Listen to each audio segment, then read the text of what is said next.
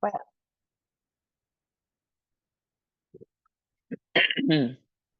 okay, let's go. So hello and thank you all of you for joining today's webinar. My name is Dr. Sofia Wenzler. I'm a licensed clinical psychologist and the clinical lead here at SkinPick. SkinPick is a therapist-assisted online therapy program that helps people who suffer from skin picking. And it is the program that brings this webinar to you as well. Today, our topic is understanding OCD and skin picking. So we're going to dive into both of those topics and discuss how the two are related and how they are similar. I want to really encourage you to stick around until the end because after the webinar, we're actually going to have a Q&A session. You can write down all of your questions in the Q&A section. During the presentation and after, please don't raise your hands, only write down your questions, and I will get to as many of those as I can. Okay. Please write down your questions in the Q&A section and don't raise your hand. Wait, we have one question. Can't hear well. Oh, I'm so sorry. Is there anyone else who cannot hear me well? Please write that down in the Q&A.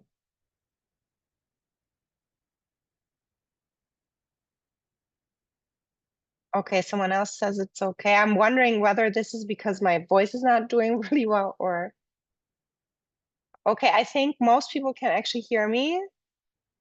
Thank you so much. Okay, well, thank you so much. Okay, I think most people can hear me, so I'm gonna just dive into the webinar at this point, and all questions that are content related, please write them down in the Q&A section. Okay, so what are we gonna do today? I am gonna talk about OCD a little bit more than skin picking, actually substantially more, because I do realize that most of you know what skin picking is and have some experience with it. And OCD might be more of a thing that you've heard about, but maybe have less knowledge about.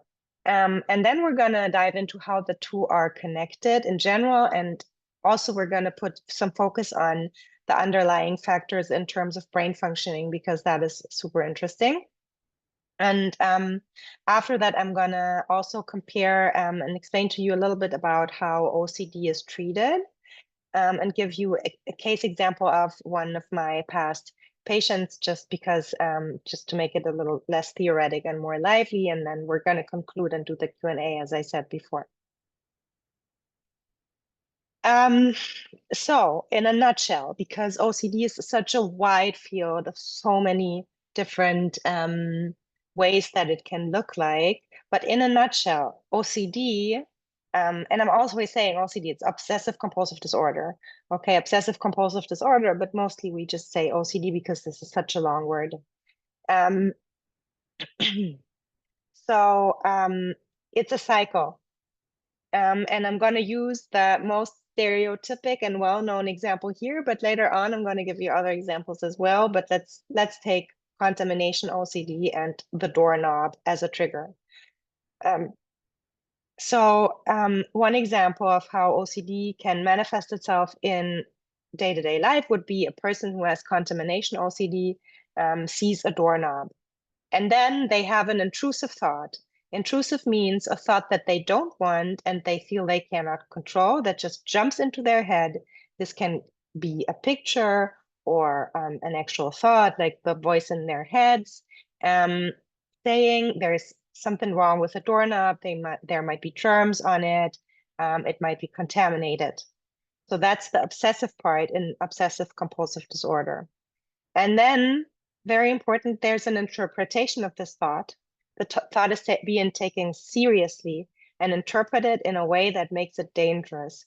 So I'm thinking, okay, there might be germs, I might be contaminated, I might, get ill, I might spread around those germs, whatever it is. That's the way I'm interpreting this thought, and that causes me the stress. And to reduce the stress, I will engage in a compulsion, or we call it also rituals. That's the C part, obsessive compulsive disorder. An action that usually some part of me understands is not really rational in order to reduce my distress. So I might not, or sometimes it's also avoidance. I might avoid doorknobs altogether, or I might wash my hands frequently afterwards, or I might touch the doorknob only with, like something on it, like for example, my the part of my shirt if it had a longer arm. And that's basically the cycle. There's another raised hand. Again, I'm not gonna react to raised hands, but now I'm like unsure if you guys can hear me, so I'm just gonna jump in the Q&A section for a second. No, nobody said they can't hear me. The raised hands are just really distractive. Please write down the questions in the Q&A section.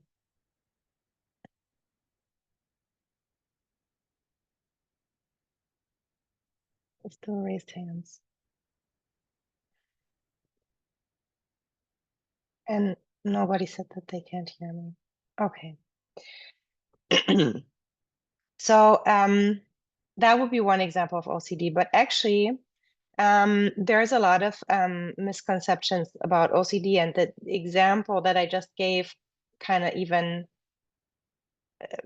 relates to that as well. And here it's interesting to look at OCD and skin picking next to each other, because OCD is actually talked about much more than skin picking. It's even become part of our day-to-day language when we say, I'm so OCD, or that was so OCD. So we talk about it much more. I think more people have an idea of what it can be. I think a lot of people don't see only like a very small part of what OCD can be, but I think it's more known than skin picking disorder. And that's interesting because the prevalence, meaning the how often it occurs, is actually very similar. It's around 2% for both of them. So and we know for skin picking, the fact that it's not talked about leads to stigma, misconceptions, and also people who suffer from it feeling very alone with what they have. And so it's interesting that with OCD, although it's talked about much more, there's still misconceptions, and not everything that we know about OCD or think we know or see in social media or read online is actually true. So here are a few kind of misconceptions or misunderstandings when we talk about OCD. So a lot of people think OCD is just about being neat or clean. If I have special needs for order or cleanliness, then I might say I'm so OCD. But that's not true. There's actually many kinds of obsessions. The intrusive thoughts can have many, many topics, not only the fact that something might be contaminated or not in order or not clean. I'm going to get into that later. But OCD can sit basically on almost any topic of our lives. And even if we're talking about contamination OCD, then it's not just about being neat or clean. OCD has to cause a significant level of impairment or distress for a person. That's how it's defined, in the classification systems for for psychological disorders. So it has to take up, for example, at least 1 hour of your day to engage in those compulsions. So it's just being neat and clean is not OCD. The second one, everyone has a little OCD. That's also not true. What is true is that intrusive thoughts is very, very common. We talk about 80–90% of people have experienced intrusive thoughts in their lives. Me personally, also, I have intrusive thoughts when I hold knives in my hand. Then I have this picture of accidentally dropping it on my foot or stuff like that. And that's very, very common. And those intrusive thoughts can be the weirdest thoughts, There is nothing we haven't heard of. But as long as you don't pay special attention to those thoughts, nothing will happen.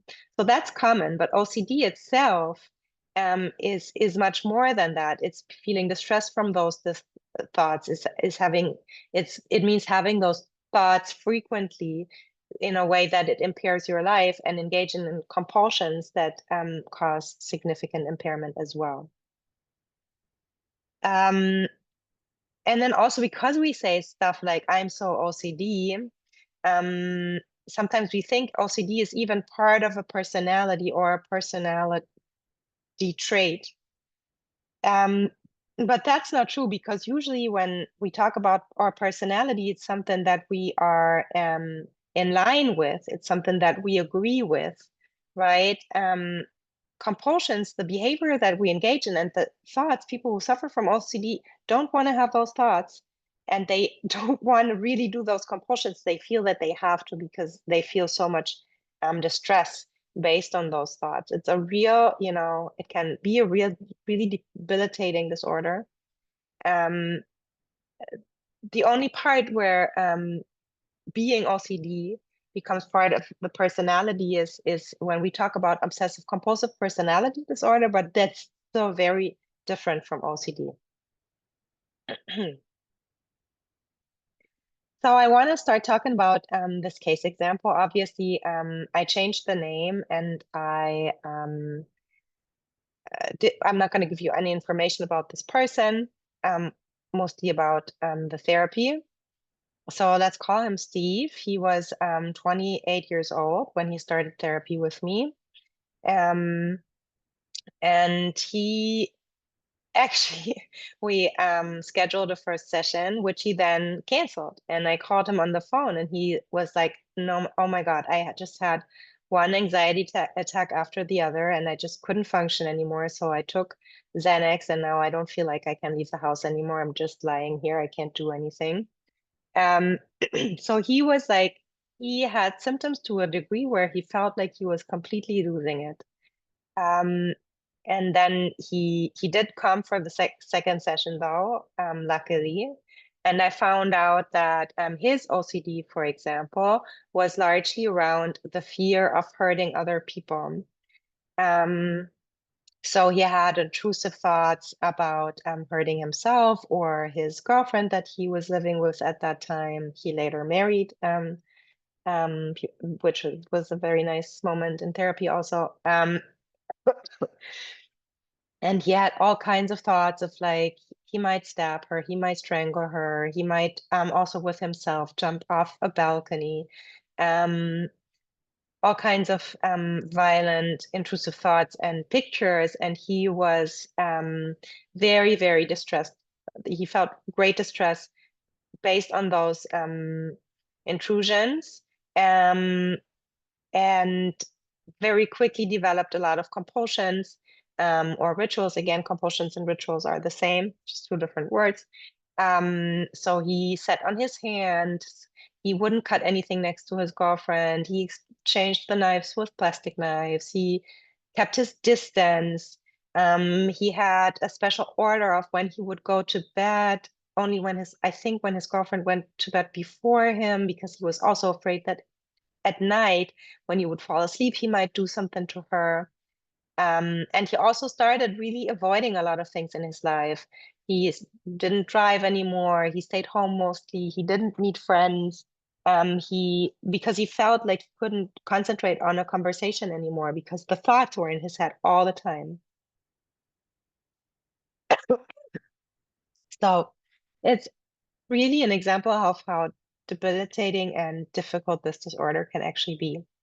And just as you saw with him, you realize OCD can sit up on a lot of different topics. I mentioned it before. So what most people know is the contamination OCD, but there's a lot of different kinds of OCD that are related to morals. For example, there's religious OCD or religious obsessions, where people suffer from unwanted blasphemous thoughts, for example, thoughts that show a lack of respect for God, imagining like you would curse God in your thoughts, or images that are not in line with your belief. There are unwanted, forbidden, scary, or morally unacceptable thoughts about sexuality or your sexual orientation, aggressive, obsessive thoughts, just intrusive thoughts, just like I mentioned with the case example.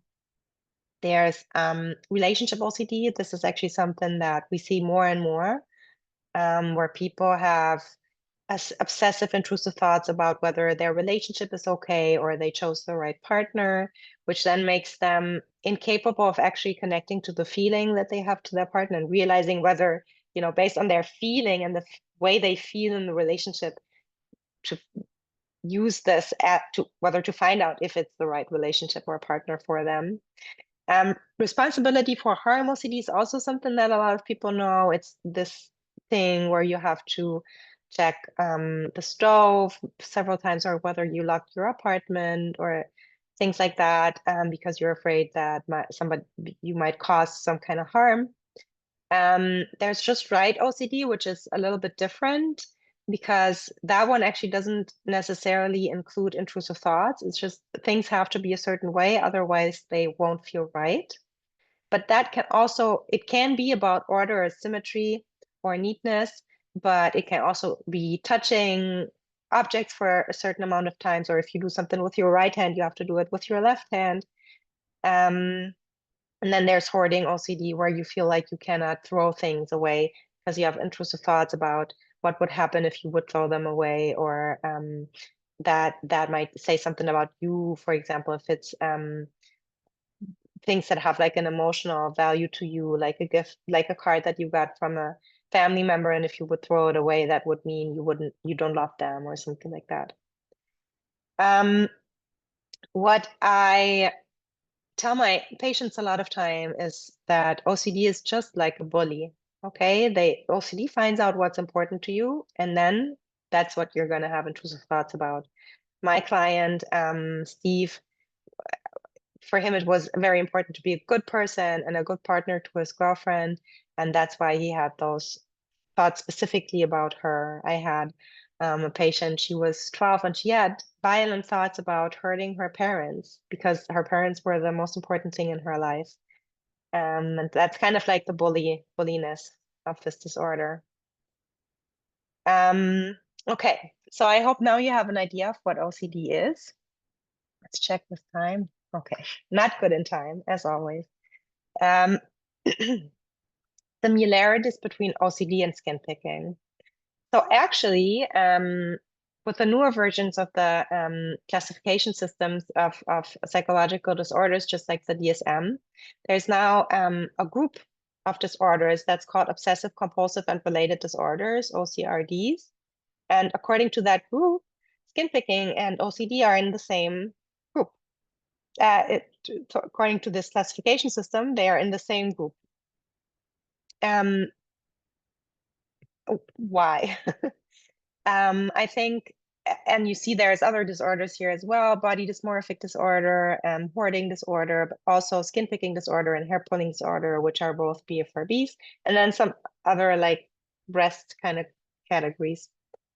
I think the most striking similarity would be the compulsive behavior that is included in both conditions, compulsions. A good definition for compulsions, if you ask yourself what that actually is it's something that's hard to control, repetitive, unwanted, and leads to some kind of relief. And skin picking, as well as the compulsive behaviors in OCD, would all meet those criteria. Something that we do repeatedly, although we don't really want to do it, but we have no control, because in the short term, it leads to some kind of relief. And in the long run, it causes problems. Another thing that both of those have in common is the cyclic nature of the condition. So the skin picking or the repeatedly washing your hands is the main symptom that other people might see or not see. But it's actually a cycle where we have a trigger, and then for skin picking, there's an urge to pick, the picking, and then the feeling of relief, and then some kind of feeling of like, I didn't really want to do this. Why did I want to do it? Shame and regret. And that can lead to even that in and of itself can be another trigger. So that's why it becomes a cycle. And for OCD, it's the same. The triggers are just a little bit different. For OCD, the triggers are mostly in our heads, mostly thoughts. There are certain things that trigger the thoughts, but it's always some kind of thought and the way that I interpret that thought. For skin picking, it can also be a sensation in your body. It can be that you're bored. It can be a sedentary activity where you're just sitting for a long time and you have like all this nervous energy with your hands that it has to go somewhere. So a lot of things can trigger picking your skin, but for OCD, mostly it's some kind of image or a thought that comes up in your head that then causes distress. Um,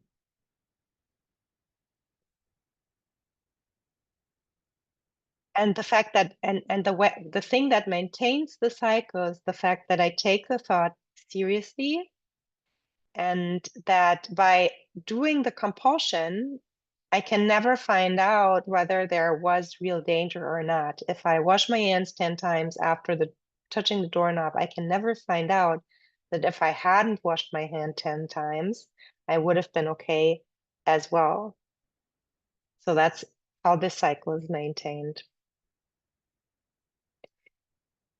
What if I have both? Are there people who have both? Actually, there's a lot of people who have both. The co-occurrence or comorbidity, as we call it, between skin picking disorder and OCD is 26%.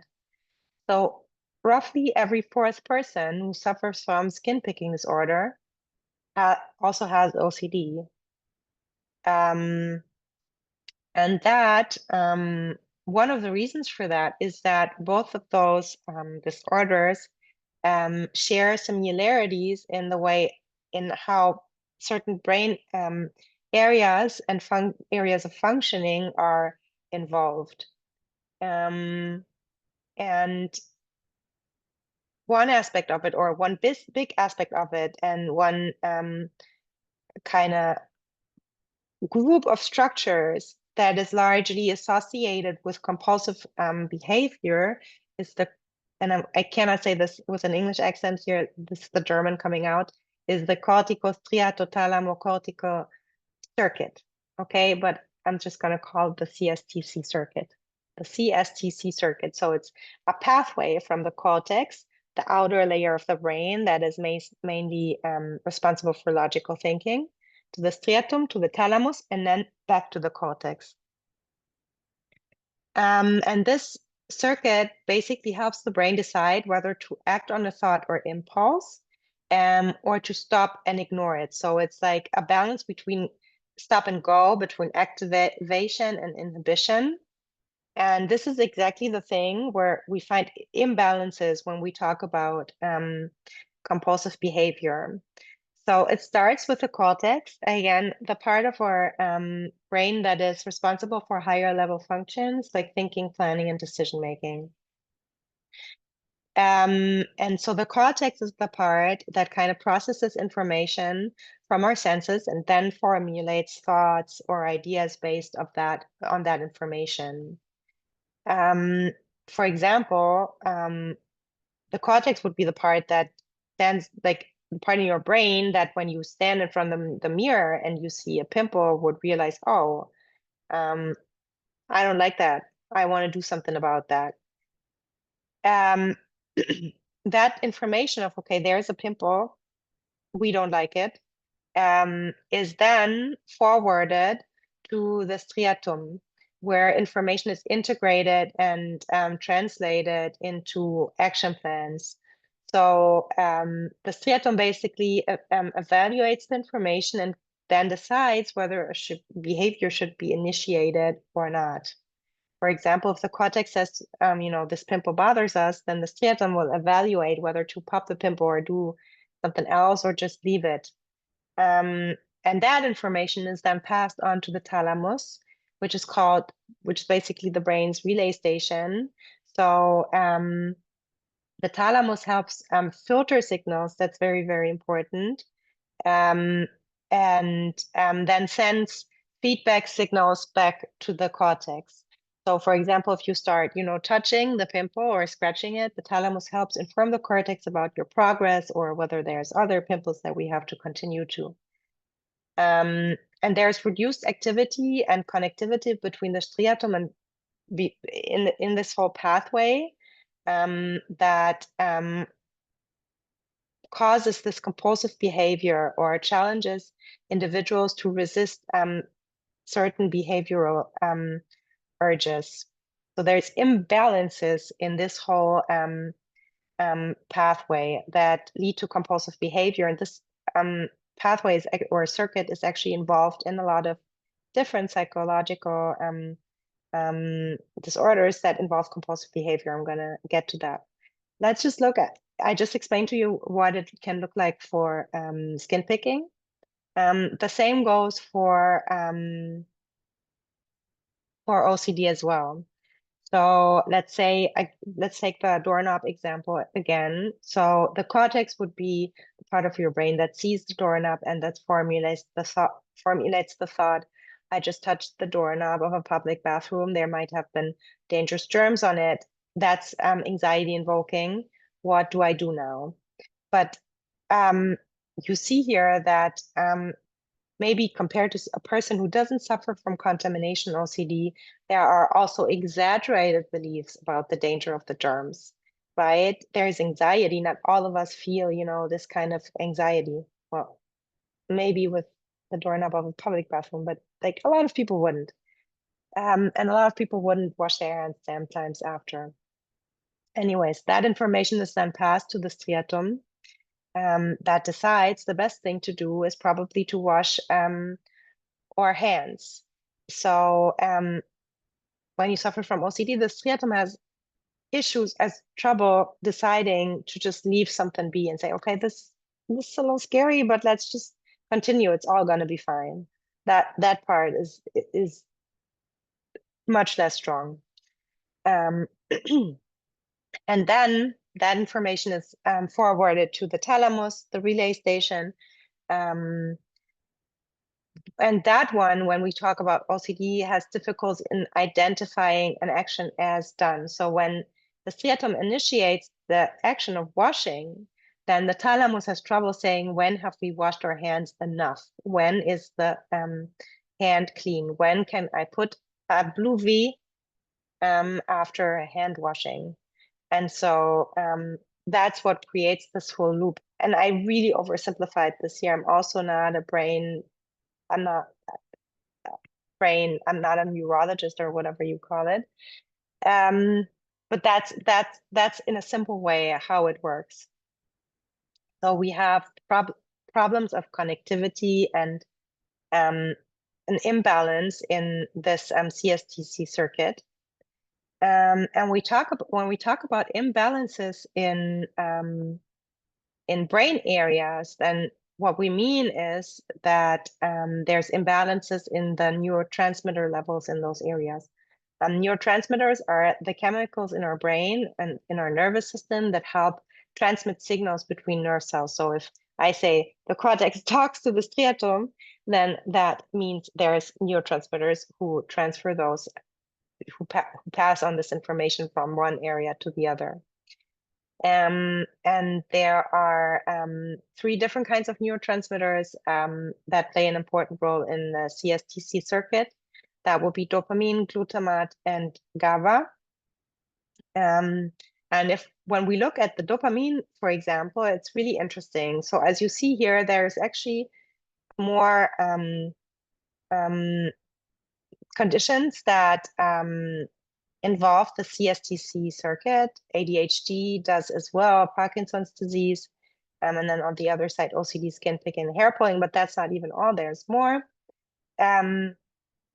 And some of them involve reduced levels of dopamine, which would be, for example, ADHD. Stimulants that you give for ADHD, like Ritalin, usually increase dopamine levels. And then for OCD, skin picking disorder, and hair pulling disorder, dopamine levels are elevated. So what we actually want to do here, we call this hypo-dopaminergic. We want to reduce the dopamine levels. what all of those behaviors have in common, in the end, though, is that there's some problem with the activation and inhibition of behavior. Okay, so skin picking and OCD are actually very connected. There's similarities in symptoms and in brain function, although there's also a lot of differences. Let's look at how those conditions are actually treated.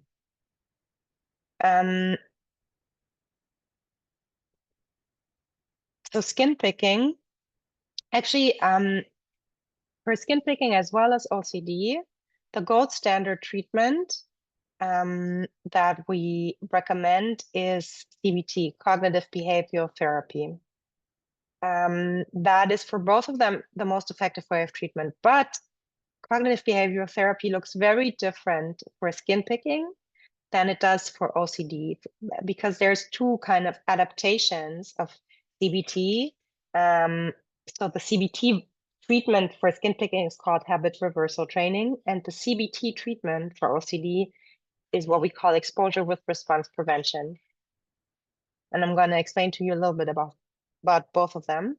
And then we have other treatments that have been shown effective for both disorders, which include acceptance and commitment therapy in short ACT. And there's medications, although there's more evidence for the effectiveness of medication for OCD. So let's start with the medication because that's quicker, and also because I'm not going to recommend any medication here. I'm not a psychiatrist. I'm just showing you what I know from research. So for OCD, we usually prescribe SSRIs. SSRI is an abbreviation for selective serotonin reuptake inhibitors in high dosage. So that is the same medication that we also sometimes describe for depression or anxiety. It's just in a much higher dosage. Why? Because we know that from experience, that it takes a higher dosage. For skin picking, there's still a lack in research to have some gold standard medication recommendation, but we see promising evidence for NAC, which is actually interesting because NAC also affects glutamate, which again is one of the most important neurotransmitters for the CSTC circuit.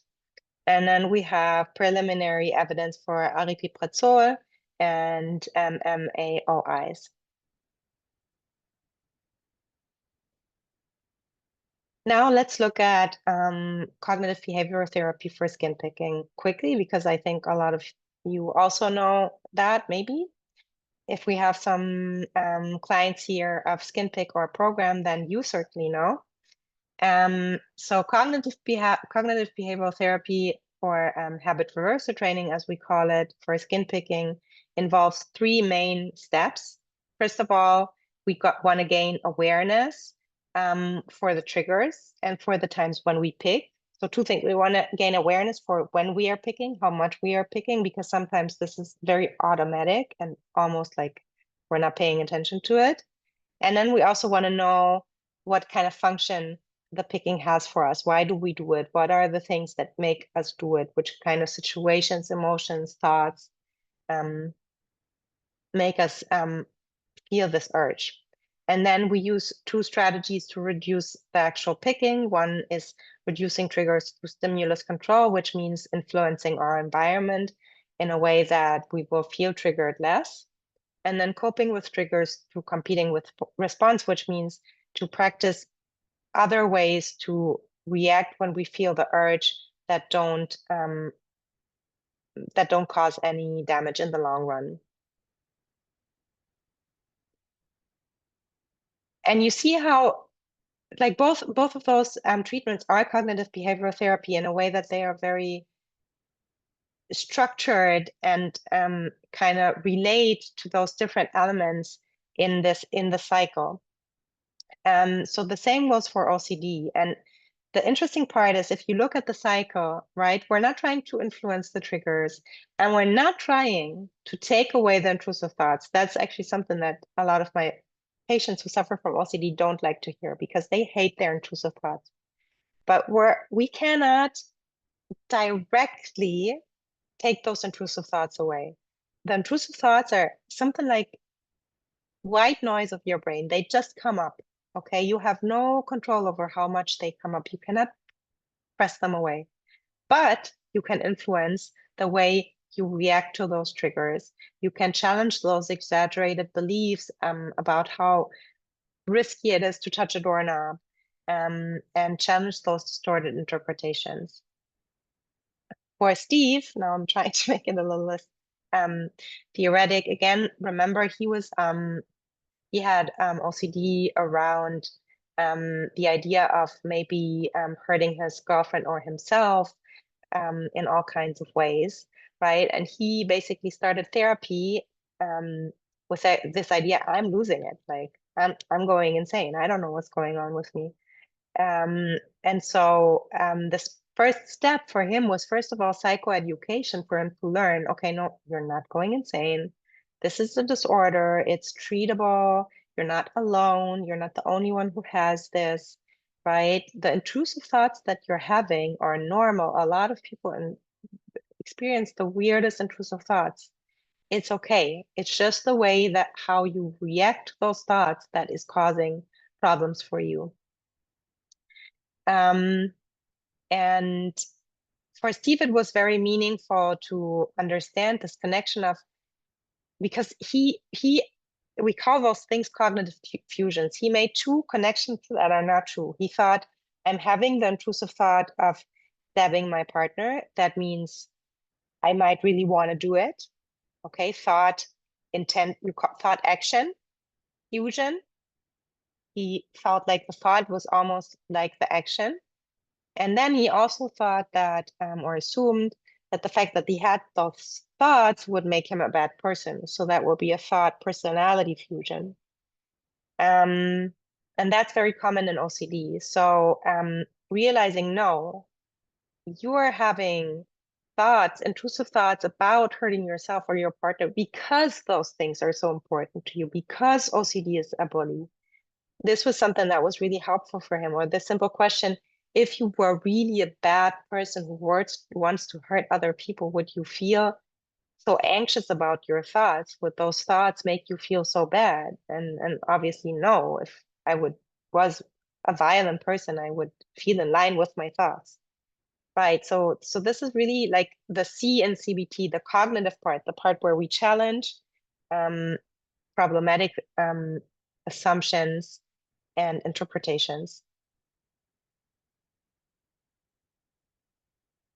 And then on the more behavioral part of CBT, the B, there are two things. We try to help the patient learn to cope with the distress without immediate reaction, like leave the apartment, lock the door, and then not go back to check it. And then you're anxious, right? But stay in this moment for a little bit. This is just anxiety. Anxiety cannot kill you. It's just a really uncomfortable state to be in. And reduce compulsions and avoidance behaviors, so you can learn that if you don't engage in compulsions, most likely nothing bad will happen. So for Steve,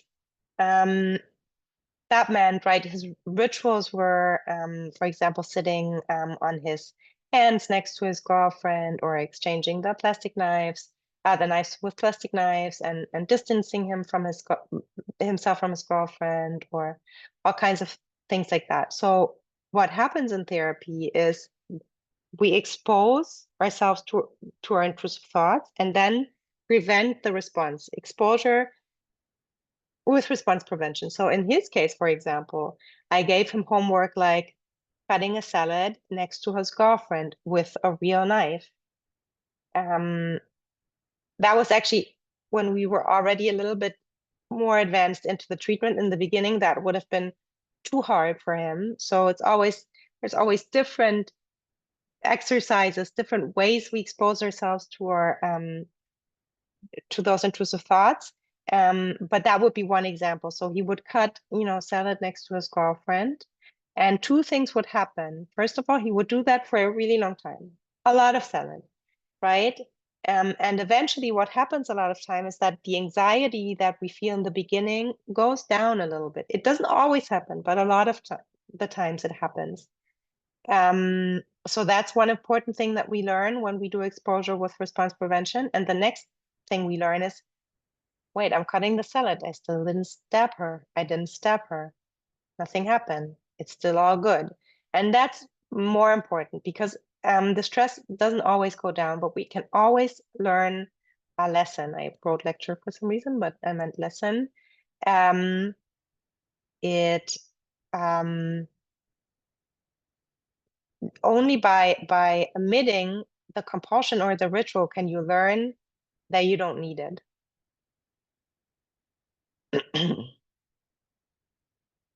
And I think one thing that was also specifically important for Steve was the fact that he was so immersed in his thoughts, also in the fact that thoughts were always there and it couldn't think straight. So he was almost focusing on the thoughts all the time. And the more focus we put on the intrusive thoughts, the more they will come back. We cannot control them. We will always have intrusive thoughts, but if we take the thought seriously and if we give it a lot of focus, it will come back more frequently.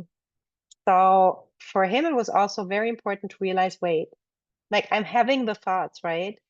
But if I stop my whole life and focus only on the thoughts, that's all there's going to be in my life. So realizing, wait, I have the thoughts, but although I have those thoughts, I can still live my life, right? I can still drive, I can still go to work. That was also a big game changer for him specifically. Okay. Wait, I'm actually good with time. No, only 3 minutes over. So let's conclude. We aren't all a little OCD.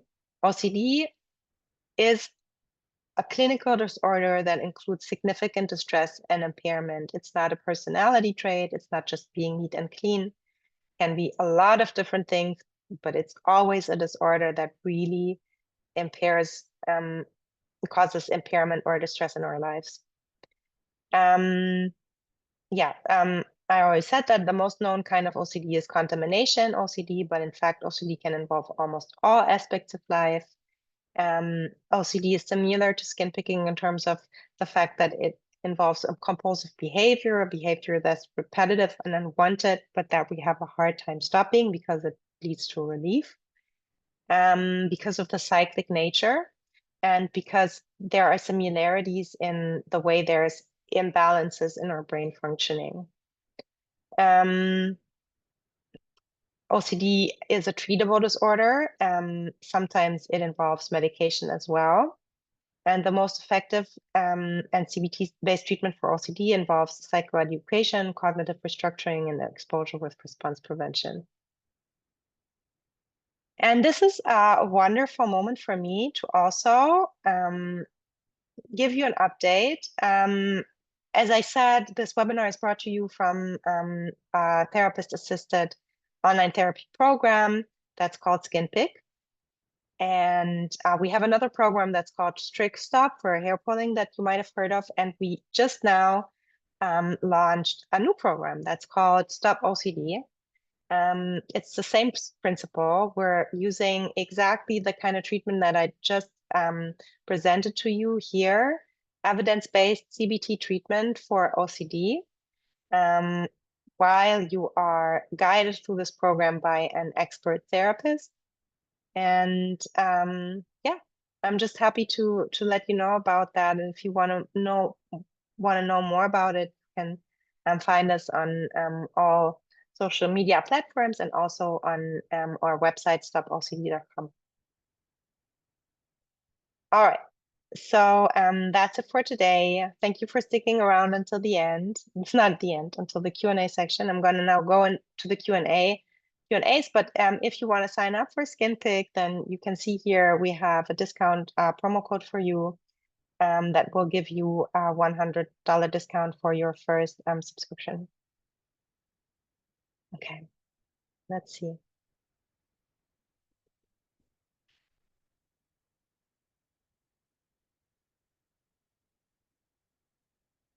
Okay, very good question. How are OCD and obsessive compulsive personality disorder different?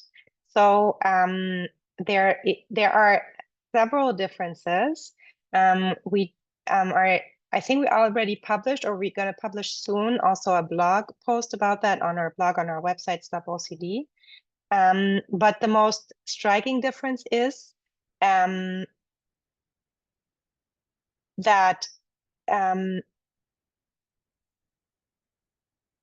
obsessive compulsive personality disorder, OCPD, is ego syntonic, which means that the need for order or perfectionism or for things to be in a certain way is in line with what I think is with my beliefs or with what I think is important and good. So when I have OCPD, I will not think that my need for order or perfection or whatever it is bothersome. I'm just going to think it's part of me and it's really necessary and it's not exaggerated.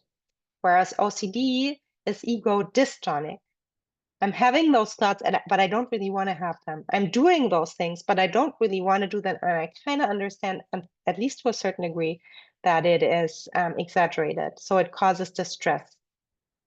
So this would be the main difference. One of them is like for OCD, it's ego dystonic, unwanted, not in line with what is important to me, oftentimes even in contrast to what is important to me. Whereas for OCPD, obsessive compulsive personality disorder, it's ego syntonic. And sometimes I might even not know that I have a problem. I might just realize when nobody wants to live with me or when I have trouble finishing tasks at work because I have a need for perfectionism, for example.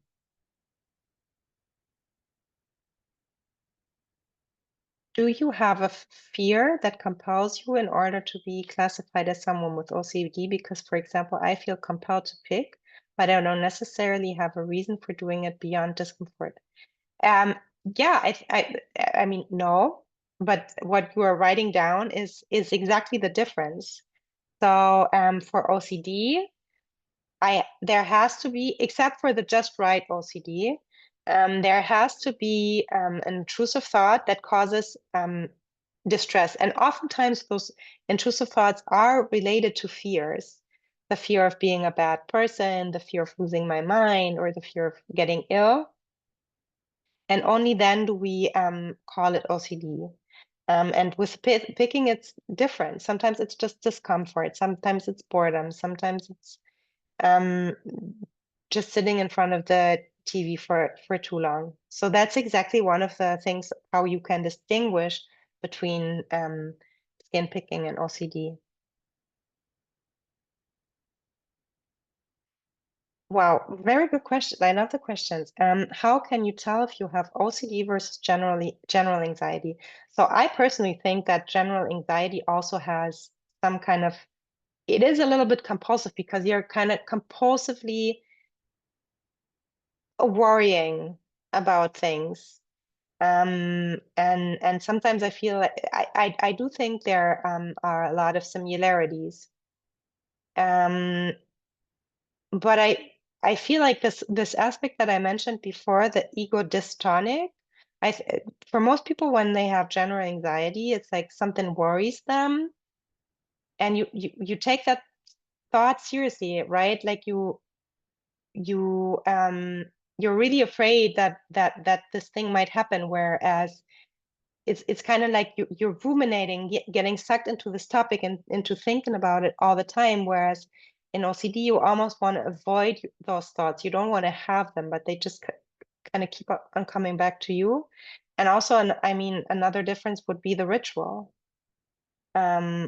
With OCD, you have rituals like washing your hands or sitting on your hands or not looking at certain pictures anymore. It can be sort of like it can be a million different things, but general anxiety is mostly those loops in your head, right? So I think those would be two differences between the two of them, but there's a lot of similarity also and a lot of overlap.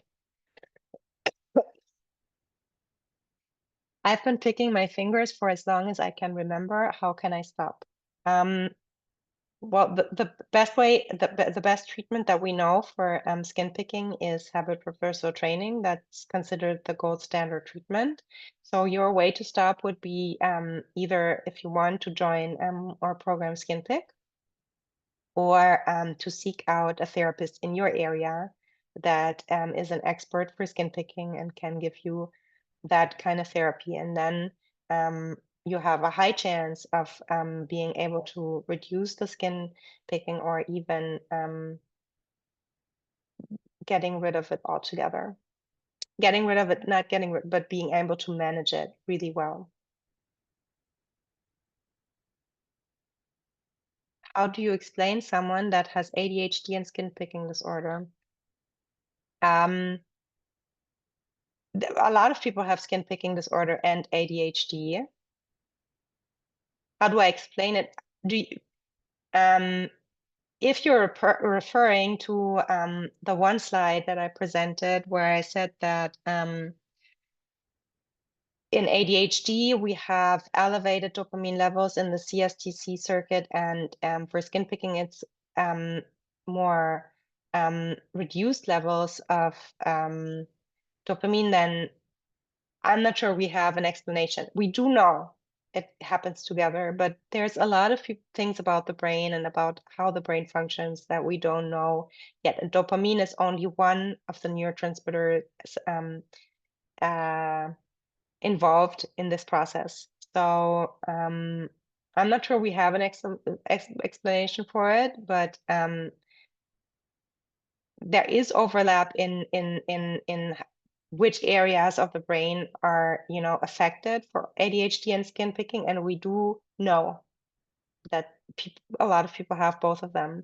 But it's really interesting. You're also raising this question after I had a session yesterday with a client who has ADHD and skin picking, and it's actually when she takes the Ritalin, for her, I know this happens to a lot of people, but not to everyone. For her, it elevates the skin picking. It makes it actually makes the skin picking harder for her to manage, the Ritalin. So it's always like kind of this balance that she needs to find. The Ritalin helps with the ADHD, but it doesn't help with the skin picking. So the skin picking gets better when she doesn't take the Ritalin, but then the ADHD gets worse. So it's really, it kind of sits on the same brain area, but the medication sometimes even, doesn't complement each other. So it is complex, and there's a lot that we don't know, but we know that it's related in some way.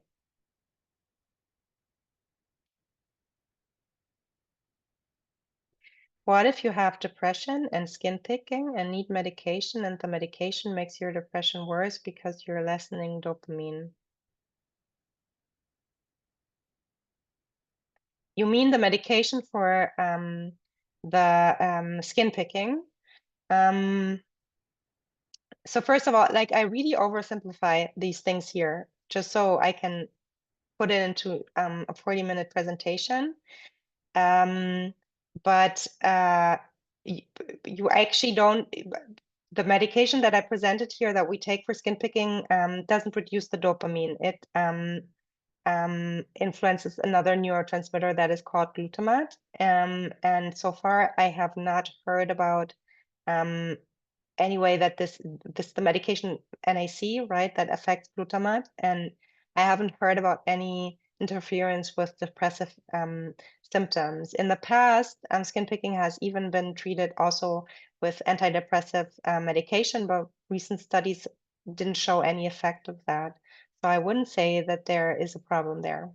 But I'm not a psychiatrist. So this is, again, it's just me talking about research papers that I read. I'm not a practicing psychiatrist.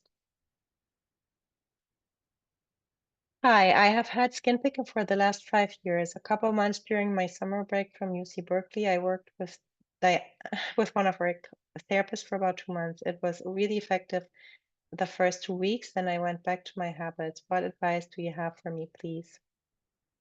Well, you did.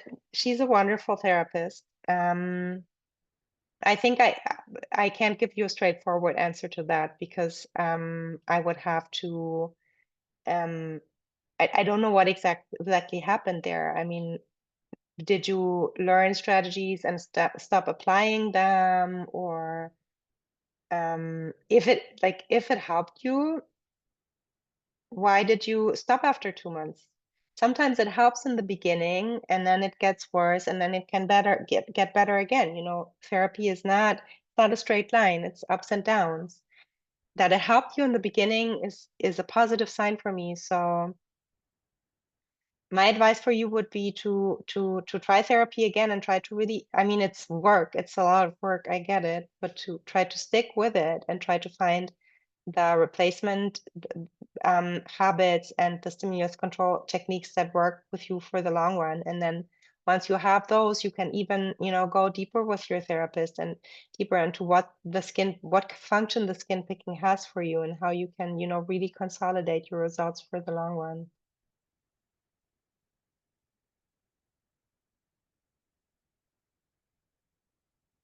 Is that a follow-up question? Wait, no. Um, Interesting. What if I have ADHD, OCD, and skin picking in regards to dopamine? Could it then just be a problem with GABA and glutamate? See, those are excellent questions. I didn't even think that far. It's so complex the way that those neurotransmitters interact, and a lot of the things that we know about, for example, that we say there's not enough serotonin in people who that people who suffer from depression lack serotonin and things like that. We mostly know that not because we cut open a brain and measure how much serotonin is running around there. It's just that we realize, for example, oh, we gave medication that elevates serotonin and that help with the depression. That might mean that there's not enough serotonin available for people who suffer from depression. So there's really a lot that we don't know about those balances yet. And you can definitely suffer from ADHD, OCD, and skin picking at the same time. And it might involve GABA and glutamate. It's an excellent question. We don't have an answer for this at this point.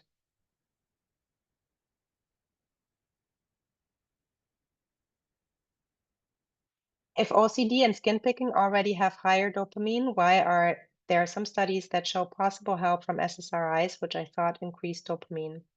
Um, So the main thing, first of all, that SSRIs do is increase serotonin. And also, there is a recent study that came out, a review, which means one study that analyzed all studies on a certain topic that came out in 2024 in terms of medication. I'm not sure if it was for skin picking and hair pulling together or one of them. But in terms of medication, there is a lot of similarities, and that research paper basically showed that SSRIs are not a promising medication for skin picking for body focused repetitive behaviors. So right now it's those three medications that I mentioned in the presentation. It's NAC, aripiprazole, and MAOIs, which MAOIs are also antidepressant, but they're not SSRIs. They're not working on the serotonin reuptake. Okay, I'm not sure I'm going to get to all of the questions. If you don't know this, that's okay, but curious if OCD and/or skin picking is related to autism. Is treatment different for OCD and/or skin picking if you are also on the spectrum? There are comorbidities. So there's people who suffer who are on the spectrum and have OCD and/or skin picking. And I'm not an expert for that. Like treating patients that are on the spectrum is a specific is an expertise where you have to invest a lot of time to become an expert there. So I take that very seriously. I'm not one of those experts. I have worked with clients though that were on the spectrum, but I didn't work with them on like specifically the symptoms related to the autism. I worked with them when they had anxieties and they were on the spectrum, for example. Um, and it does influence. You would still do the same. You can still do CBT with someone who is on the spectrum, but you have to adjust it. So, for example, one aspect would be that the transferability of the therapy effects. So, for example, I was working with a client who is on the spectrum and he had some kind of anxiety. I'm not going to go into too much detail, where he was afraid to ride the train. And so usually we would do exposure. Again, we would practice riding on the train and challenge, exaggerated beliefs about how uh, dangerous that is. And then once you have rode the train a couple of times, then you would realize, okay, the train, it's okay. It's not really as dangerous, and the anxiety goes down. But for this client, but he was also like, in terms of, it is a spectrum, so is quite affected by his autism. He was able to ride on the train one very specific path without anxiety, but that experience didn't transfer to other paths or other train what do you call this, numbers, or right, like the A line or the blue line or whatever other lines. So that is, for example, one aspect that you have to take into account when you treat someone who is on the spectrum, but you can still do CBT. And it also depends where on the spectrum they are.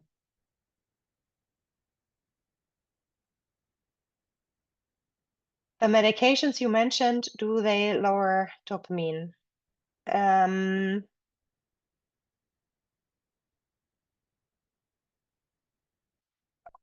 Regarding NAC and SSRIs, I don't think they do. Regarding the others, I'm not sure. Again, as I said, I'm not a psychiatrist, and sometimes they work on one neurotransmitter, but that does have effects on other neurotransmitter systems as well. And I'm not sure.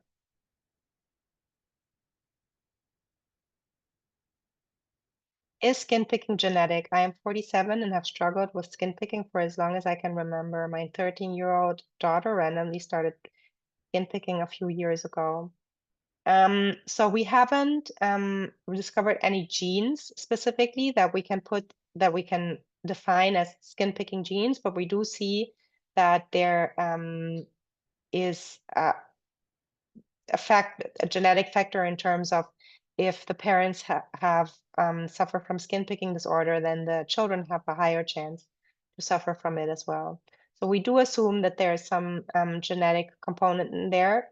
At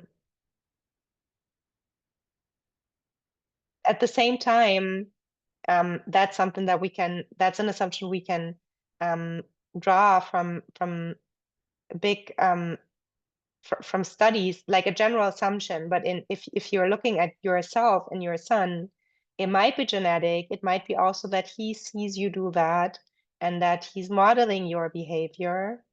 So it might be all kinds of things, but we do assume there's a genetic component. But it's just an assumption based on the fact that if there's family members who have it, then other family members have a higher likelihood. Thank you. Very, very informative. Thank you so much. Happy to hear. Do you know of any skin picking specialist therapists covered by medical insurance? No, as I'm not from the US, and we work online here at Skin Pick, I can unfortunately not help you with that. Okay, I'm gonna get to only one more question. I'm so sorry, but then I have to stop because I'm already over time. Please feel free to write all other questions to our customer service and we will answer them. Or you can also come to one of our specific dedicated Q&A webinars with one of our wonderful therapists, Laura Sandner. Okay, last question. I've been picking the skin of my thumb since I was a child in school. It's become a habit and now happens when I'm stressed. But what worries me is how I do it unconsciously. Is this treatable? My skin's become permanently pink in that area. I used to pick the skin on my face, but stopped with time. I can't stop the picking of my thumbs. The thumbs might be more difficult for a number of reasons, and it's completely normal that sometimes you pick unconsciously. We call this also automatic picking, where you just don't realize that you're doing it. But there's a number of ways to help you deal with that. One of it is self-awareness training, self-monitoring, trying out different ways of barriers. So you will automatically notice when you want to pick because you are having something on your hand or on your fingers. So there's definitely ways to cope with that. And the fact that you stopped picking in your face is already a good sign, in my opinion. But I would recommend for you to seek out therapy to do this process. Okay, I'm so sorry that I cannot get to all of the questions. Please write them to our customer service. You can see to our support at skinpick.com. And we will answer all of them with you in writing. I have to end the webinar now for today. Wherever you are, whether it's morning, noon, or evening for you, I hope you have a great rest of your day. Thank you so much for joining today's webinar. I hope I'm going to see you again in upcoming webinars. Thank you so much.